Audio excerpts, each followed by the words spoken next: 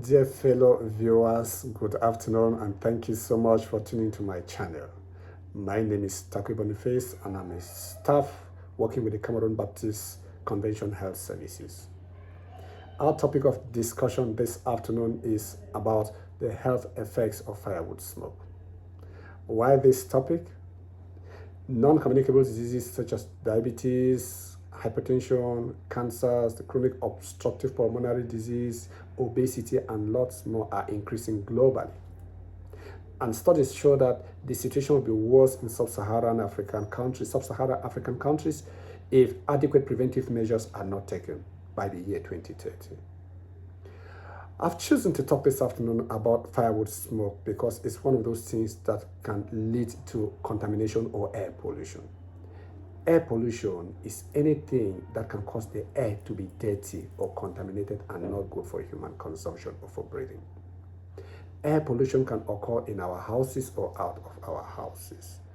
And this can be as a result of the many things that we burn in our homes or out of our homes, but many of us are ignorant of this. Studies have shown that when firewood is burnt, more than 200 pollutants are produced, more than 2 substances are produced that can affect our health. What are some of those health effects that people can suffer from with chronic exposure to firewood smoke? 1. Firewood smoke exposure can lead to miscarriages. The woman can lose a pregnancy that she had. 2. It can lead to the delivery of low birth weight children. A child is delivered with a low birth weight if the weight is less than 2.5 kilograms. 3. It can lead to the child becoming or developing low intelligence. These are some of those children who are unable to do well, be it at school or at home. Their intelligence is being affected. 4. Prenatal exposure to firewood smoke, if excessive or if too much, can lead to the child who's been delivered ending up with the development of obesity. That's this child ends up developing a bigger body weight than the child is normally supposed to have. 5. Firewood smoke can also lead to the development of cleft lip or cleft palate. This is a situation where a newborn child has an opening in the mouth here which may extend internally. 6. It can lead to the development of a stroke. A stroke is a condition where there is an interruption in blood supply to the part of the brain, which can cause one part of the body to be paralyzed or not to function effectively. Next, 7, it can also lead to the development of some eye conditions such as cataracts. 8, it can lead to the development of poor functioning lungs. This is very common in children. And studies have shown that if a child is exposed to much firewood smoke during the tender age, this child can end up as an adult developing poor functioning lungs.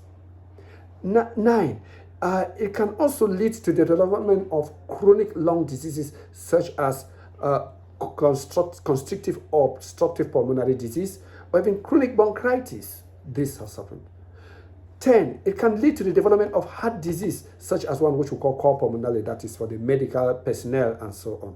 So 11, it can lead to the development of cancer such as what? Lung cancer. And this is more common in women because they spend most of the time in the kitchen cooking food for the family. 12, it can lead to the development of esophageal cancer, cancer along the airway, along the esophagus.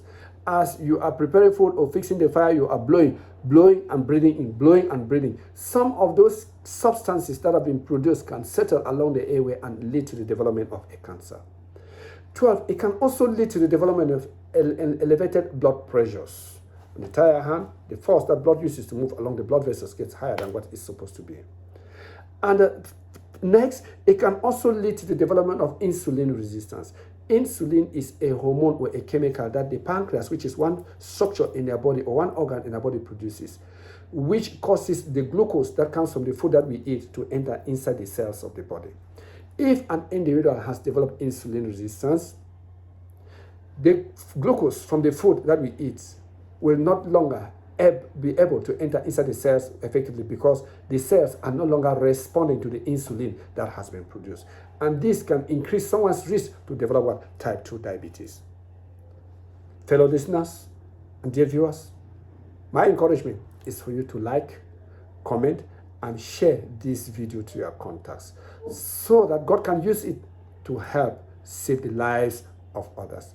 Remember again, someone's future depends on what you do with the knowledge you gather from this channel.